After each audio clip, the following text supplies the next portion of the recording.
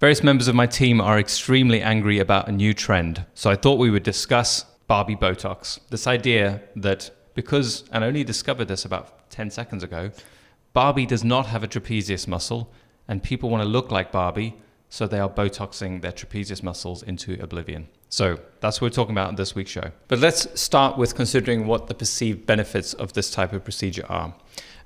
From what I can see, this is named after the Barbie character because she actually has no trapezius. If you look at the shape of her body, which I'd never done in so much detail, she actually doesn't have any elevation at all. There's a complete right angle, like no human I've actually ever seen. That it really is completely flat. Now, I think it's associated with femininity, to be a certain type of femininity. It's not typical female shape, that's for sure, but it's a kind of slender, youthful look that people are trying to get by shrinking this muscle. And a longer neck is more elegant. Lots of people like that. And one way is to shrink whatever is competing with the neck. And so I think that's what people are after. It's the sense of a long, elegant neck by shrinking the muscles that actually support the head. Now, the other interesting thing about this procedure is that it has its origins in medical interventions for things such as torticollis and also migraine injections. So it's on the migraine protocol that you inject the trapezius. So we have been injecting the muscle for a long time, but what's changing is the indication.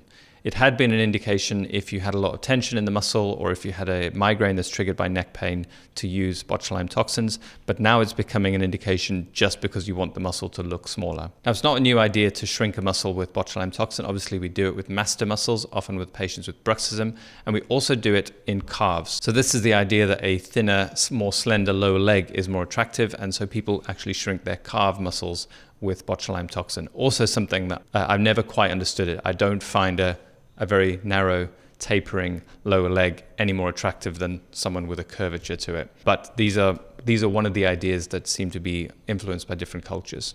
So Dr. Subia also posted a thought-provoking and amusing cartoon where he stated that nothing sticks it to the patriarchy quite like chemically elongating your neck.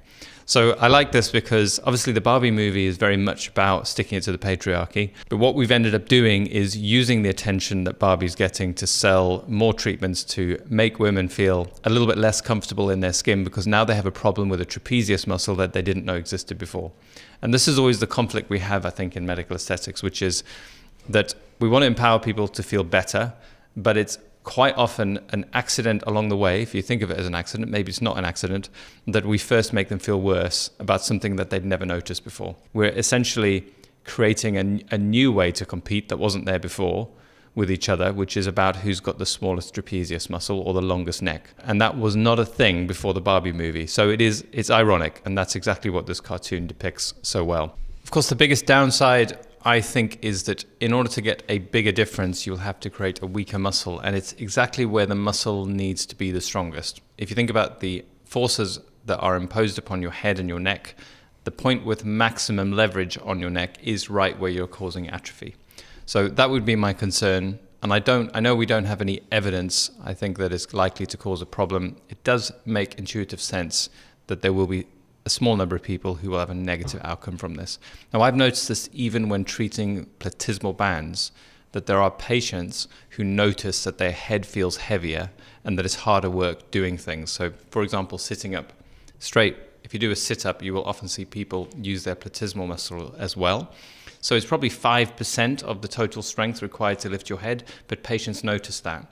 Now that's going to be even more of an issue when you're treating the actual one of the biggest muscles that supports the neck. If there's one thing I've learned over the last 15, 16 years in medical aesthetics is don't be the first to rush in when new things are announced as possible.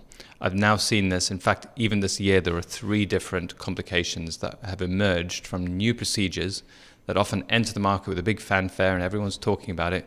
And then you discover 6 months, 9 months down the line that they're causing a lot of misery for usually a small number of those patients. But it's never talked about until it's already happening. And that's because people don't want to be left behind. And I would advise that you become quite comfortable with being left behind with new untested procedures. and just observe what happens, learn from it, and then if you decide it's the right thing to do, you can incorporate it. I also want to discuss a reaction that Layla, my producer, had to this new procedure so that we can also look at it from a different perspective. So what I thought would be fun is we'll include at the end of the show 3 different images, and I want to know which one you think looks the most beautiful. So it's Layla, one of them's photoshopped, one of them isn't, but I want you to tell us what you think is the most beautiful. So Layla, tell me what you first thought. I think this is ridiculous. Mainly because you get Botox in your face, but one thing that you always say, and lots of good injectors say, is you should never aim for completely frozen, because then you're inhibiting your ability to effectively communicate to others. For me, this is kind of the same thing. When you're injecting your trapezius so that you cause muscle atrophy, then you are taking away your requirement for basic movement, lifting things up, carrying things. You're lessening the actual strength you have in this area. And you think about it, you use this for loads of things. Why would you want to be weak? Why would you want to be weaker just so that you can have a longer neck, which really doesn't mean that much anyway? I do think there's something elegant about a longer neck, but I don't know if the shape you're going to get is more beautiful. Like I think there's something around, if you actually look at the Barbie doll, now that I've spotted it, there's something missing. It's not. It doesn't look right to me to have this right angle at your neck. And I think maybe one of the things would be you could just reframe what beauty is as having a trapezius, and then people can go to the gym and work out and get some trap definition.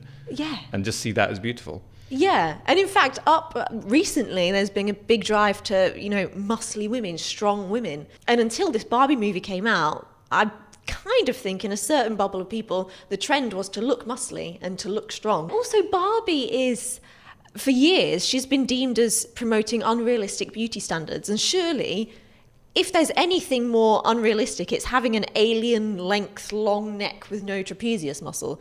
So have we not learned from that? Yeah, I mean, Barbie is a caricature, really. If you actually had a real person who looked like Barbie, you would scream and run out of the building. Yeah, I think they actually did a study on that, and they made Barbie look like a real human. It looked absolutely ridiculous, like an alien. The only thing I would say is you just need to do a proper medical consultation and guide people and make them aware of both the pros and the cons. Yeah. There will be people who probably have something aesthetic that is holding them back that you could improve with this procedure. Mm-hmm. But I don't think we should be aiming for zero trap, being like a Barbie doll, being the new aesthetic goal. I don't think there's any basis for that. If you want to learn more about how treatments should be built into your patients' lives to actually make them happier and not just make them look different and keep them healthier, I've done a whole video called How to Make Your Patients Happier.